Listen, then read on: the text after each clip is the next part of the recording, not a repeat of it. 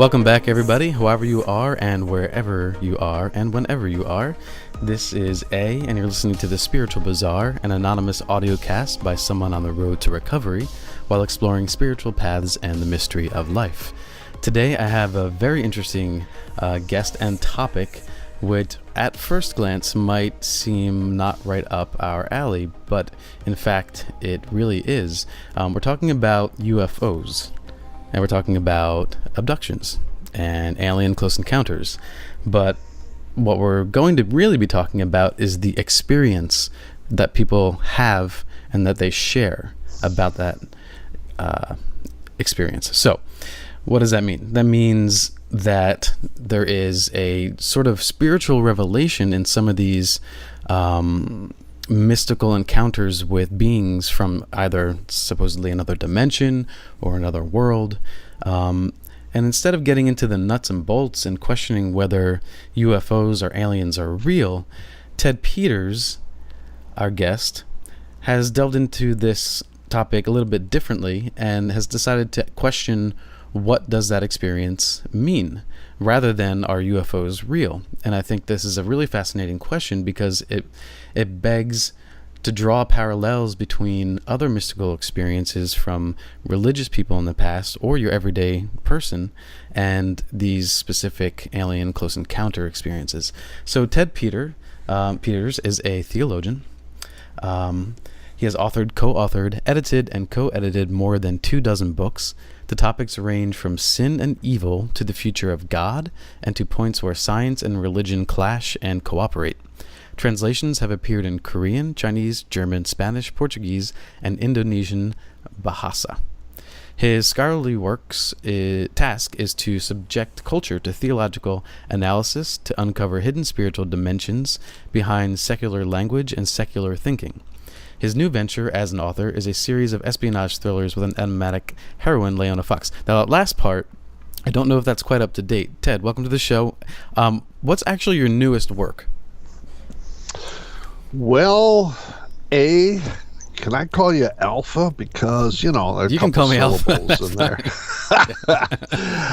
Well, Alpha, thanks for mentioning my espionage thriller. I actually plan on 5. The first one, called For God and Country, has already been published, and it mixes the question of to whom are we loyal, to the true God who is transcendent, or our country, which is a pretty good substitute God, and sometimes you got to worship both. It's not easy to choose one from the other. So that's the theme of this series of espionage thrillers. And my heroine is a woman named Leona Fox, who lives on the south side of Chicago, and she has a double identity. One is as a CIA undercover agent, and the other as a pastor in a church.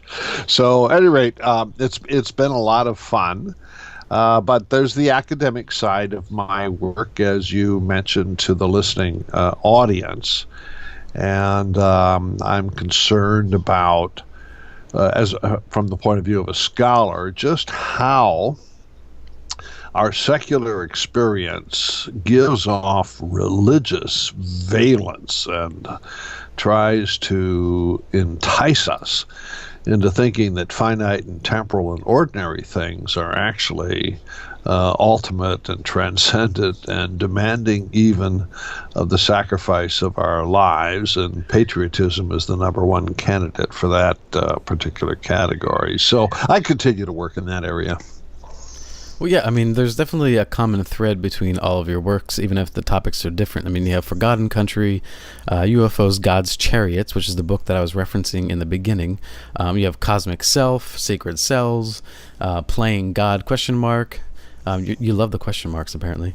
Evolution do. From evolution from creation to new creation. Can you believe in God and evolution? On and on and on. I mean, you're definitely a prolific writer.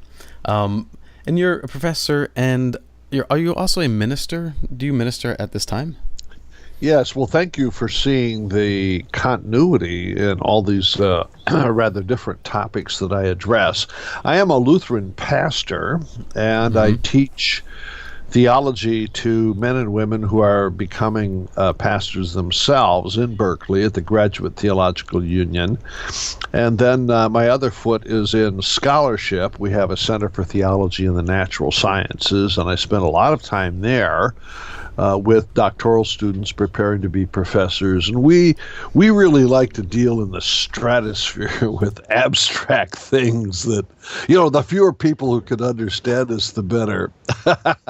So, yeah, I'm both one foot in the practical life of the ministry, and then the other one analyzing culture as the way you've just described it. So, thanks for asking. Yeah. So the book UFOs, God's Chariots, came out originally in 1977. Have you revised it somewhat since then? Yes, the revised version came out just 2 years ago with New Page, and that's a publisher that Eric von Däniken and a number of the ancient astronaut theorists publish with. And it was updated. I needed to update not the theory, but the examples. I had pretty well formulated the idea that UFO experiences, both firsthand close encounters of the third kind, as well as the agenda of UFO investigators, such as you find in the Mutual UFO Network, that these had either hidden or overt religious and spiritual dimensions. But I was befuddled because in the late 1980s and early 1990s, we began to get reports of alien abductions that were very negative. And these negative reports, sexual abuse and things like that, seemed, at least on the surface, to counter the theory I had developed in 1976. So I really needed to investigate this new phenomenon or new dimension of the one phenomenon and take it into account, and that warranted then the second edition, which I think was published in 2014, just a couple of years ago. So the new edition, same thesis, expanded, in which I tried to provide an analysis that was not in the first edition of this more negative or ominous side of the UFO phenomenon. Well, you mentioned spirituality. Of course, that's the title of the show here, Spiritual That's right. Bazaar. I think I have my question is that term is thrown around a lot. So for you, what does that mean, spiritual or spirituality?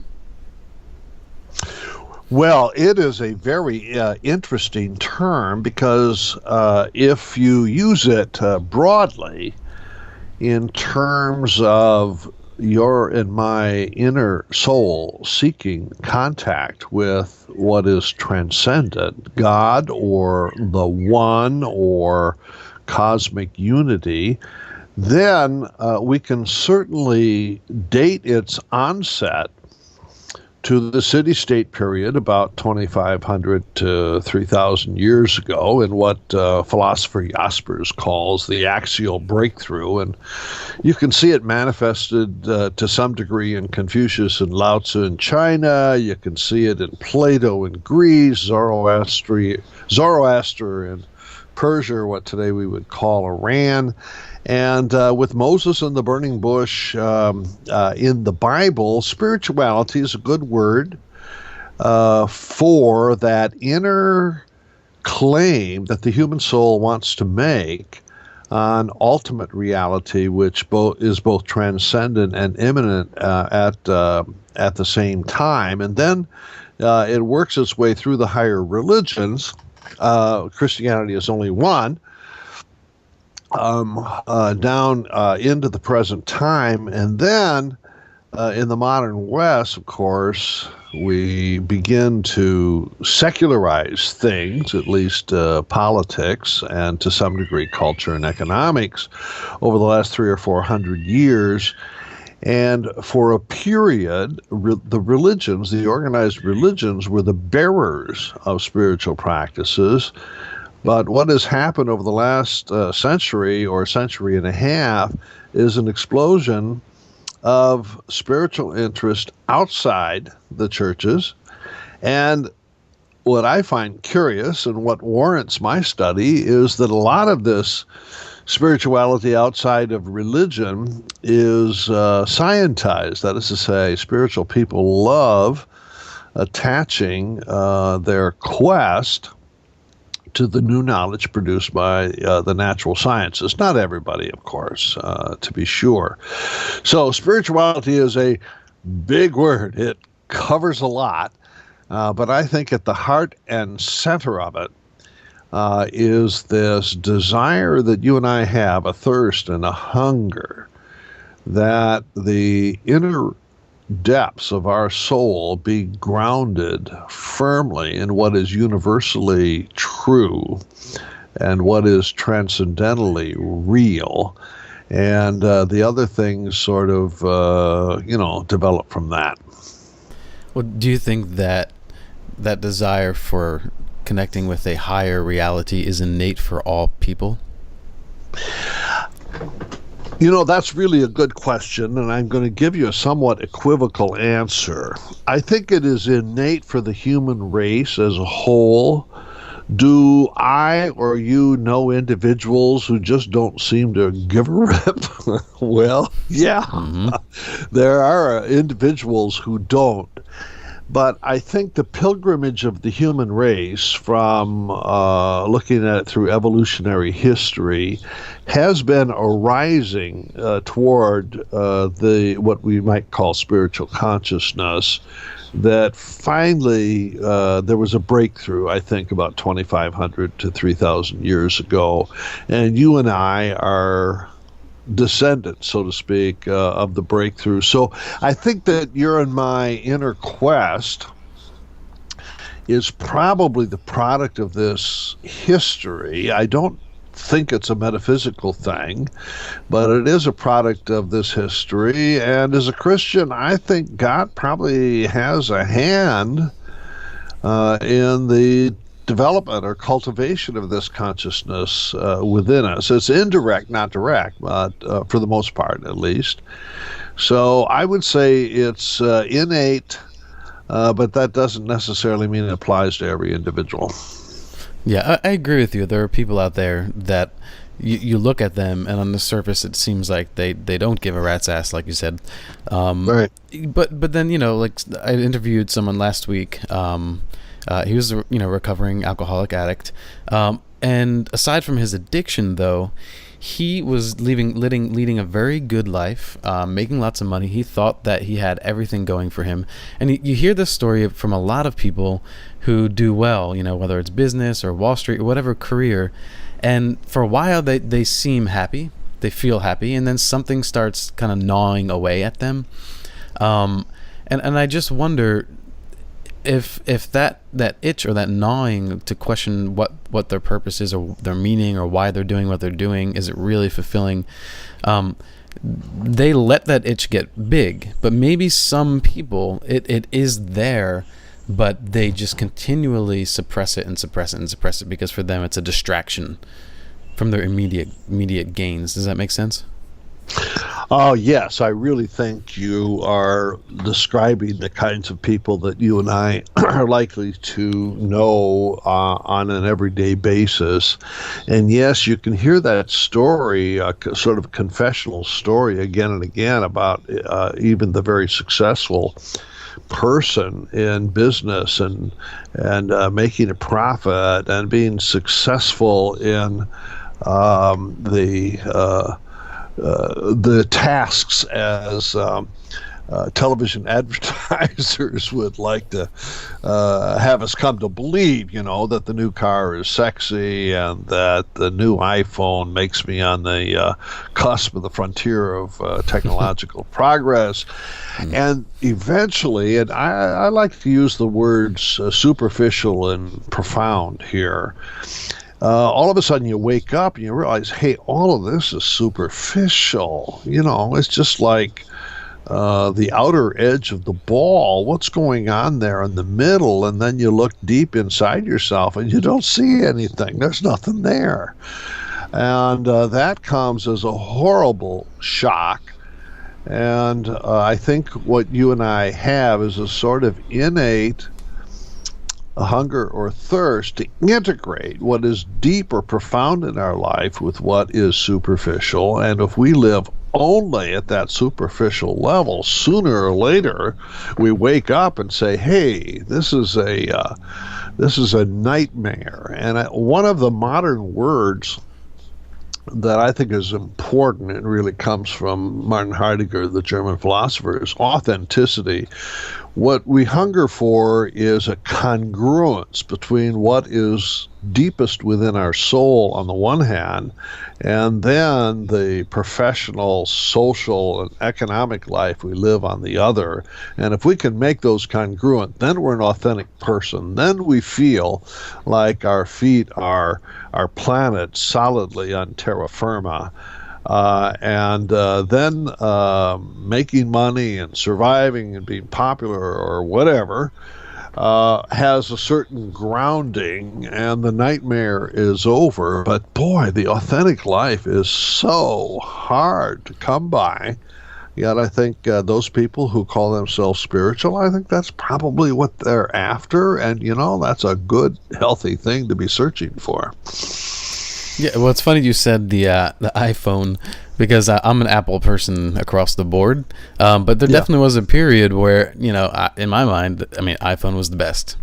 I'm sorry, but my phone's better. My phone's better. Listen, I know a lot of fanatics like you. Yeah, but at some point, I was like, what am I talking about? Like how ridiculous is this? I personally like this phone, and that's fine. But there's nothing there to worship. But people do worship at the altar of Apple, and I think that that's sort of a scaled down version of what you're talking about. They're seeking for something, but in the wrong place. I think that, Alpha, that's an excellent example that sort of sets the paradigm for what we're talking about. I happen to be an Oakland A's fan, which is sort of, I should be pitied for that because they always lose. But at the ball game, if one of the A's hitters belts a home run, man, we are up and we are cheering. And it's only momentary, to be sure. It's not eternal, but it is momentary. But it is enthralling. It is a form of ecstasy. And in the moment, you feel like it's eternal. Well, once you get in the car and drive home after the A's have lost one more time, you realize that this is not worth an investment of my ultimate commitment, to be sure. And I think our lives are filled with iPhones and rooting for the Oakland A's and things like that. And a good, healthy person recognizes that it's very nice for what it is, but on a relative scale, it's superficial. And wouldn't it be great if on the most profound scale, we are attuned with eternal reality and not just temporary excitement? Yeah, it's funny you brought up the sports thing, because recently I was talking to someone about how in Europe, how intensely zealous people are about their sports teams, particularly in especially soccer. Really, soccer is religion. Well, and that's the thing, because Europe is more so secular, I think, than the United States, and generally speaking, not a blanket statement here, and I feel like they sort of just replaced a zealousy for a religion or an ideology with a sport. I think that that's true, and I had not thought about the advanced secularization of Europe as a contributing factor, but it could very well be. Another item that you have not mentioned that I think sub rosa really is very forceful is war.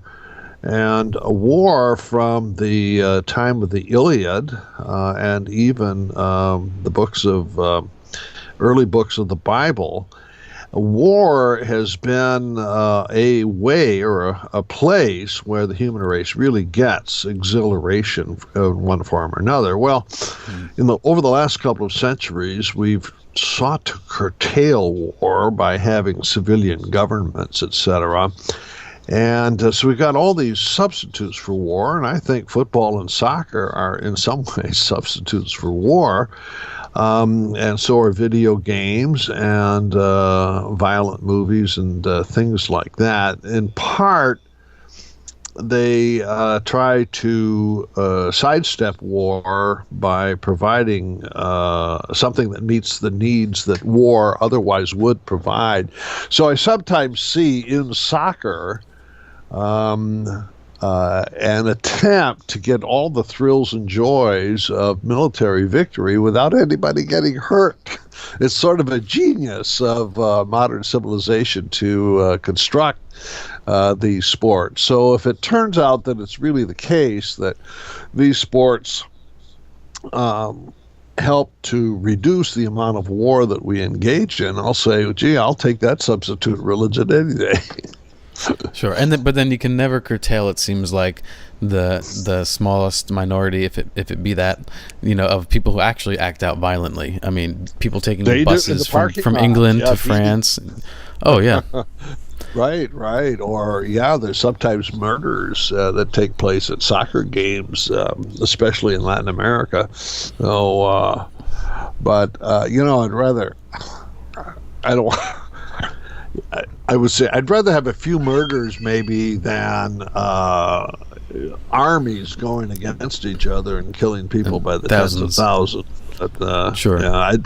Every human life is precious, and if international sports help preserve life over the long run, I'm glad for them, and it's fun. Yeah, well, I mean, just like the desire for a higher reality, as you said earlier, it seems that there is an innate desire in a lot of people, particularly men, to act out violently in some way, to get aggression out, and I feel like there's a sort of counterforce in our nature.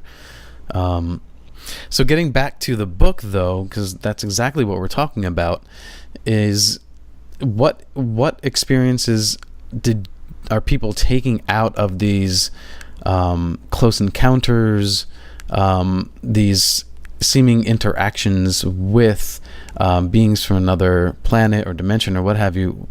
What message are they bringing back to us? The context here, I think, contributes to our interpretation of UFO close encounter experiences. And the context is immediately after World War II. And I think that's a major contributing factor to the meaning of UFO experiences. Coming out of World War II, first of all, there were a lot of us just didn't want any more war. Secondly, it was science that won the war, so to speak, but it was also science that made the war so deadly. So in the late 1940s, we got this love-hate relationship to science. And on the one hand, science makes war deadly. On the other hand, it's the thing that puts an end to war. So how are we going to handle it? Well, when the UFO phenomenon, which begins in 1947 and really has an impact of significance all through the 1950s, the message you get from the visitors from outer space is really very clear. Stop testing nuclear weapons, actively pursue world peace, and make science a tool or an ally in the process. It is rare that religion is mentioned directly, but science becomes, in a sense, a substitute for religion as the cultural highway that will lead us towards world peace. So, as I try to show in the book, UFOs, God's Chariot, the message is pretty simple. right through the period of the great contactees in the 1950s. When you get to a different class of abductions beginning in the 60s with Betty and Barney Hill in 1962, and then up through the Pascagoula, Mississippi, abductions of 1972 and into the 70s, now the message is the same, but it's a little bit more oblique. That is to say, the visitors from space will give the human beings they've abducted a physical examination. They'll discuss the technology of interstellar flight. And then it's through a strong hint that the message is, if you are evolutionarily advanced in science and technology, you are beyond war. So it was pretty much a secular message of salvation that was developed during this period. And I likened it to the prophets of the ancient Hebrews, where the prophets said to the city of Jerusalem, or to whomever they were speaking, get your act together. Because if you don't get your act together, there's going to be judgment. And with judgment, there's going to be destruction. And so the UFOnauts are like the prophets saying to planet Earth, get your act together, stop playing with nuclear weapons, or else you are going to self-destruct. And by the time I got to my book in 1976, I could pretty well muster evidence to show that this was the cultural message that we were supposed to hear, even though some UFO experiences were very mystical in character, while others tended to be imbued with science and technology and all of that kind of thing. I still hold to that theory. So the message is, seems to be prominent with nuclear weapons, and you're saying the message sort of evolves. So that for argument's sake, if I were a believer in aliens and, actual communication between other entities, my argument might be, well, if I'm an older brother, if I'm a parent, I'm going to be watching what the kids are doing, and as the kids are doing certain things, I'm going to step in and say, no, you can't do that. This is going to hurt you. It's going to hurt someone else. So, maybe it's just, rather than a manifestation of the collective consciousness of humans, maybe it's just someone stepping in when the time is right and saying, okay, nuclear weapons are bad, put them down. Okay, we kind of got through that as best we could. Okay, they're not going to blow each other up right now. And then the next issue comes, it could be climate change or whatever it is. So that would be the argument, I think, from someone who believes that these are actual encounters. Well, Alpha, I think the structure of what you're saying is right on target, and the actual literature produced by the great contactees in the 1950s used the family metaphor as you're suggesting, and that's one period in which the idea of the Space Brothers was developed. 100 years earlier, it had come from Theosophy, the Great White Brotherhood, etc. But it was brought back in the 1950s, and the Space Brothers were the older siblings who had once had nuclear weapons. They'd gotten through it without self-destruction, and now they were going to coach us in coming along. I think it's interesting that you brought up the environmental issue, because you don't see that in the 1970s, but you do 15 years later.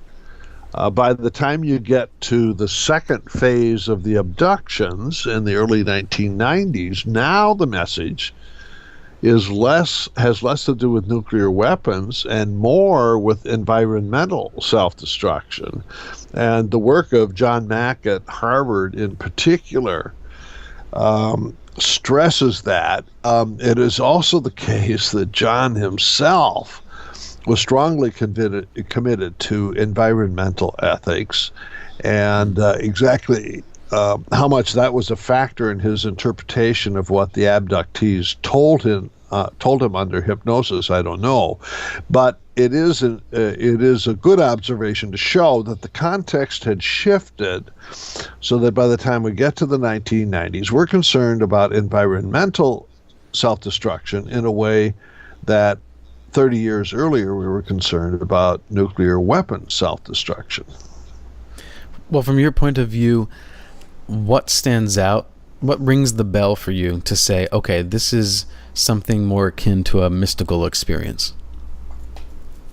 Well, whether it is mystical for the individual or not, I am more concerned, I think, with the ethical impact. First of all, the spacelings of the 1950s or the 1990s are right, in the sense that the prophets were right. We on Earth better get our act together if we're going to avoid an international war that will end all wars, or if we're going to avoid the kind of climate change that will make our planet uninhabitable.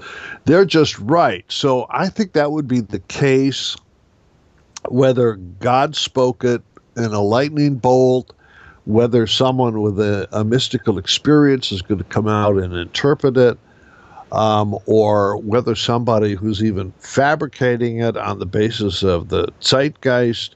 I think ethically speaking, it's the right message. And as a Christian, I want to say, well, indirectly, maybe God is speaking to global society through this means. Probably not the only means, but maybe other means. So having said that, then I do want to ask the question, are these mystical experiences of the type that we had reported, centuries ago by Bernadette Soubirous in France or some of the other great mystics of history?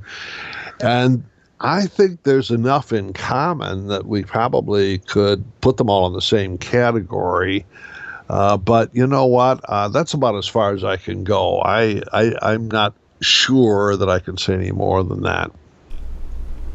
Yeah, the experience itself, I think, often sounds to me like it's a genuine experience when you hear people tell these stories or report what's happened to them. And I think you're right. I think a lot of people could have easily just fabricated it from the zeitgeist, but I do get the sense that a lot of people, they're being very truthful and that they actually had an experience. I agree with that. And my approach, I call it phenomenology, my approach is to bracket out the objective reality question when I'm listening to somebody report their experience.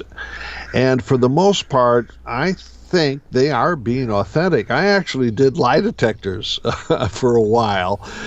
Charles Hickson, for example, in the Pascagoula, Mississippi experience, which was widely publicized, I did a psychological stress evaluator. There's no question he believed what he was saying. This was not this was not a lie.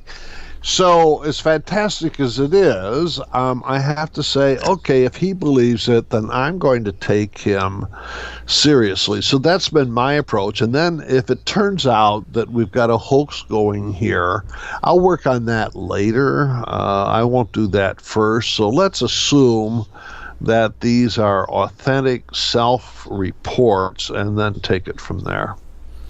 Yeah, someone like St. Francis of Assisi, has a sort of communion and mystical experience of his own with his understanding of a higher power. When someone has that experience, just like some of these experiences with the UFO abductees, is it an experience? If we're looking at this strictly from a more theological point of view, is it an experience for them as an individual, or like you said, is it more God speaking through someone else to get the message out? I'm not sure it's an either or. It could be both, because I think for some individuals, they do feel, and for good reason, feel that they've been chosen. They've been chosen by the outer space euphonauts, or they've been chosen by God. It functions virtually the same way in both cases. And then they have this profound message that they have to deliver to the human race. That's why I say it looks a lot like Isaiah or Jeremiah in ancient Israel. And I have actually theologically thought, that that's true in a number of segments of society. For example, an overlooked group of people are the futurists. Back in the late 1960s and early 1970s, it was the futurists who were scientists. Arrio Pece in Italy, for example, was actually an atheist, but he preached in Grace Cathedral here in San Francisco. These were prophets because they said, unless we stop this carbon emission stuff, we're going to change the climate. That's 1970. Now, here we are in 2016, and you know what? They were right. And I've thought all along that God was using the futurists 35, 40 years ago to warn our planet, and they're a parallel group to the prophets that come to us from the UFO phenomenon. Both of them have a parallel message. And I think just as God raised up Amos from Tekoa, a tiny little town in ancient Israel, to go and speak to the king, so also in any segment of our society, God can raise up prophetic voices that will warn the world, hey, if we don't get our moral act together, we're going to bring destruction on ourselves. So as a theologian, I want to say, okay, the UFO phenomenon is not unique. We can find God at work in a number of places in the culture, way out of religion, but still speaking about the welfare of the world to those of us who have some responsibility. Well, the reason I asked you that, too, is because I have to wonder, are the people that are having these experiences, or chosen, if you will, do they have maybe a personal void, spiritual void of their own, and that's why they're having this experience, and or is it because they have a sort of a lacking of a sense of purpose or spiritual sense of identity? Is it because that they have this void that they're chosen, and it makes them more susceptible? That's an excellent question, and if Carl Jung were on the program right now, he would answer yes. He wrote an insightful book in 1959 called Flying Saucers, Myth of Things Seen in the Sky. So note that's only 12 years after the UFO phenomenon had begun. And he did say this, what you had just suggested. He did say that about individuals. And at the same time, he had to say it about the wider culture. He said the wider culture, and this takes us back to the beginning of our program, the wider culture so given itself over to science and technology and economics and making a living and all of these kinds of things, that we're living on the surface and we've lost the sense of depth. And so the UFO phenomenon as a cultural phenomenon is an attempt to find that depth again. And at the same time, yes, there are certain individuals, of course, who are going to be more susceptible than others, and that may not be a healthy thing. Well, give us an example, a primary example of what one of these experiences are like for someone who has a close encounter. Well, one that I rely on quite a bit in the book UFOs, God's Chariots is the Dick Jackson case in Fort Myers, Florida, mid-1970s. And Mr. Jackson is awakened in the middle of the night and as he about 3 a.m. and as he walks out of his home, there is this round, glowing flying saucer hovering there in the yard, and a door opens and a ladder with 3 steps. It's interesting that when an abductee talks to me, very often detail is very important. It has 3 steps, not 4, not you know. So Mr. Jackson sees in the open doorway a being shorter than he is. He described himself as very tall, and waving him inside the craft. So Mr. Jackson climbs up the 3 steps and walks through the doorway, and he's amazed that the doorway is tall enough so that he doesn't bump his head.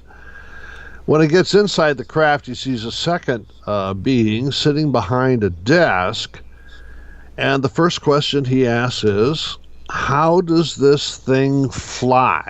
Okay, that ends part 1 with Ted Peters. If you have any questions for us, you can email me at spiritualbizarre@aol.com, or you can go through the website spiritualbizarre.com, or on Instagram at spiritualbizarre, or Twitter at spiritualbizarre, no E at the end.